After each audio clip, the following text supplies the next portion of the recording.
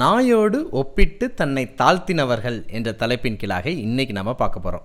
முதலாவது தாவீது தன்னை நாயோடு ஒப்பிட்டு தாழ்த்தி இருக்கிறார். அந்த வாக்கியத்தை நான் வாசிக்கின்றேன். இஸ்ரவேலின் ராஜா யாரை தேட புறப்பட்டார்? ஒரு செத்த நாயையா, ஒரு தெள்ளுப்பூச்சியா? நீர் யாரை பின்தொடர்கிறீர்? 1 சாமுவேல் 24 வாக்கியம். இதிலிருந்து தாவீது தன்னை நாயோடு ஒப்பிட்டு தன்னை தாழ்த்தினாருங்கிறத பார்க்க முடியுது. இரண்டாவதாக மேவிபோசேத் தன்னை நாயோடு ஒப்பிட்டு தாழ்த்தினதாக வேத பதிவு இருக்கிறது. நான் வாசிக்கின்றேன். 2 சாமுவேல் 9 வாக்கியம். அப்பொழுது மேவிபோசேத் வணங்கி, செத்த நாயைப் போல் இருக்கிற என்னை நீர் நோக்கி பார்க்கிறதற்கு உமது அடியான் எம்மாத்திரம் என்றான். இந்த வாக்கியத்திலிருந்து மேவிபோசேத்தும் தன்னை நாயோடு ஒப்பிட்டு தாழ்த்துவதை பார்க்க முடிகின்றது. மூன்றாவதாக கானானிய பெண்.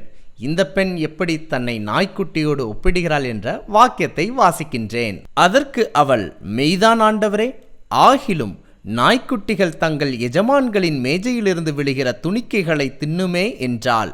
மத்தேயு 15 வாக்கியம். இந்த வசனத்தின்படி கானானிய பெண்ணும் நாய்க்குட்டியோடு தன்னை ஒப்பிட்டதை பார்க்க முடிகின்றது.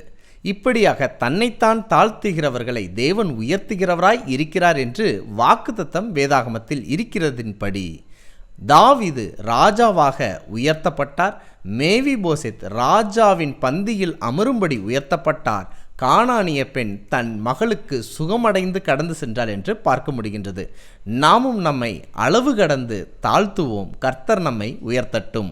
பகிர்வோம் இயேசுவை என்றும் அன்புடன் பைபிள் ஸ்கூல்.